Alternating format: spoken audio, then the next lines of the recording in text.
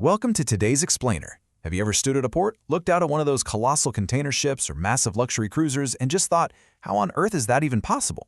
I mean, we're talking about tens of thousands of tons of heavy steel carrying enormous payloads, yet resting almost completely effortlessly right on top of the water.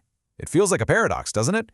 It's this magical intersection of engineering and physics, and today we are going to unpack exactly how that works. We're going to break down the invisible forces keeping these giant behemoths afloat, and crucially, what happens when that delicate balance is broken. Here's our roadmap for today's Explainer. We'll start with the buoyancy mystery, then we'll uncover the density secret, dive into the science of submarines, and finish up by looking at some great historical shipwrecks. All right, let's jump right into part one, the buoyancy mystery, where we'll unpack the invisible forces at play. So we've got to start with a seriously counterintuitive question. Why doesn't a massive steel ship just sink straight to the bottom of the ocean? Think about it. If you grab a heavy wrench or a solid steel ball and drop it into the water, it sinks instantly. Boom, straight down. There's absolutely no hesitation. But a colossal ship constructed out of thousands of tons of that exact same steel, plus cargo, plus thousands of passengers, just sits there perfectly on the surface. To solve this puzzle, we actually need to look way back to an ancient scientific principle. The magic word here is displacement, and it's all thanks to Archimedes' principle. Basically, when a ship sits in the water, it's physically occupying space and pushing water out of the way. It displaces a volume of water that is exactly equivalent to the volume of the ship's hull that's underwater. Now, obviously you can't really see this happening when you're just standing on the beach watching a boat, but this invisible act of pushing water aside, that's the absolute game changer keeping that vessel afloat. Let's look at why that actually works. What's really going on is essentially a high-stakes, invisible tug-of-war on the boat 24/7.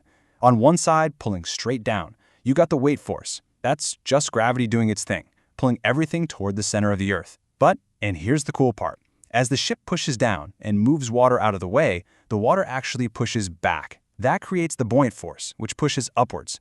A ship floats simply because these two forces, the downward pull of the weight and the upward push of the water, are locked in a dead heat.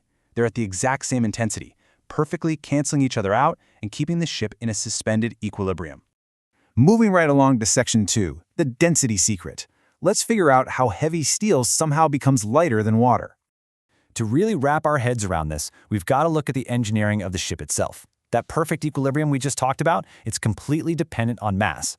The volume of displaced water absolutely has to equal the ship's total mass, so if you change the mass, you change the math. If a ship takes on water from a leak, gets loaded with way too much cargo, or crams on more passengers than it's built for, its mass goes up.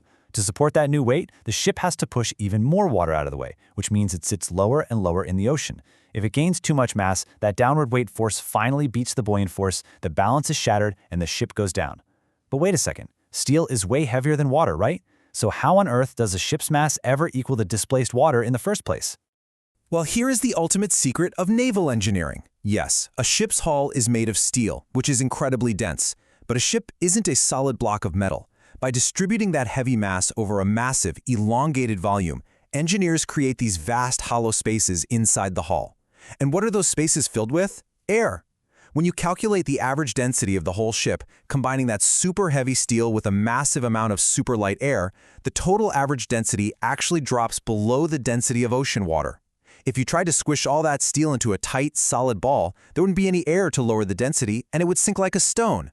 Literally, the air inside is what saves the whole shebang. All right, on to part 3, the science of submarines, where we'll see how we can intentionally master these rules of buoyancy.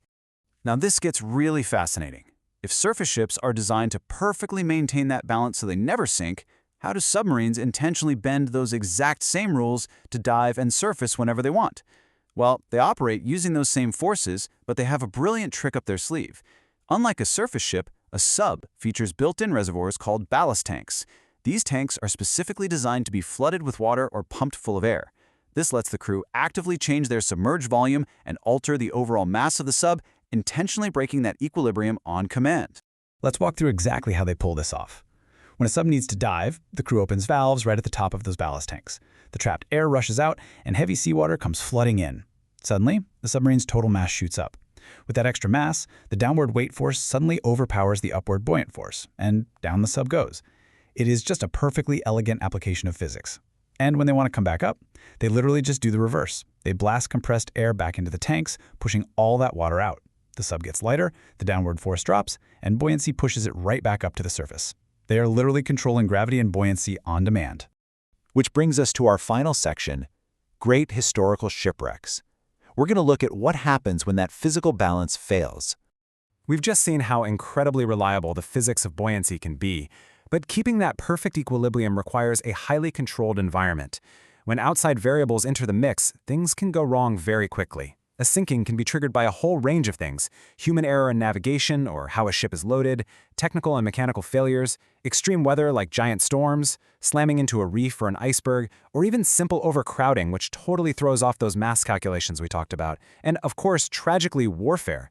Any of these events can instantly add massive amounts of weight or compromise that crucial air-filled volume inside the hull. And history definitely backs this up. Maritime travel is historically one of the most reliable ways we get around. But even so, records show there have been over 500 major shipwrecks throughout history. Let's take a respectful look at how fast things can change and how these different variables have led to some profound tragedies. If we look at the 5 deadliest non-military shipwrecks on record, you really see how diverse the causes can be. Take the MV Doña Paz in 1987. It was a Philippine passenger ship that collided with a small oil tanker. The resulting fire was utterly devastating, claiming over 4,000 lives. Then in 2002, the MV La Jula from Senegal went off its authorized route and hit a severe storm. Because it was carrying way more people than it was designed for, that excess mass made it incredibly unstable. It flipped and sank, with 1,863 people losing their lives. In 2006, the MS Al Salam Boccaccio 98 suffered a massive, uncontrollable engine fire in the Red Sea. But maybe one of the starkest examples of suddenly losing that physical equilibrium is the MV Bukoba in 1996. As the ferry started to move, some objects and kitchen appliances fell over. This triggered an absolute panic, and the passengers all rushed to one side of the vessel at the exact same time. That sudden, massive shift in weight distribution literally caused the ferry to capsize, taking 894 lives. Finally, there's the MS Estonia, a ferry crossing between Estonia and Sweden that tragically sank in 1994, with 852 lives lost. Now, for years, the official 1997 investigation said the locking mechanisms on the bow doors just couldn't handle the massive wave pressure, letting water flood the deck and instantly destroy the ship's buoyancy. But the physics of a wreck can actually be debated for decades. In 2020, a Discovery Network documentary found a mysterious, previously unknown 4-meter hole in the ship's hull.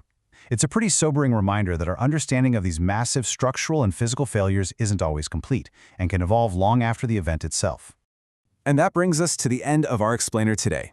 From a simple, heavy wrench sinking in a puddle to a massive luxury liner safely carrying thousands of people across the globe, it all hinges on the exact same ancient physics. We really do put an incredible amount of faith in Archimedes' principle every single day. So I want to leave you with this to ponder. How much do we rely on these invisible, delicate forces of physics every single time we set sail? It's definitely something to think about the next time you step onto a boat. Thanks for joining us today, and stay curious.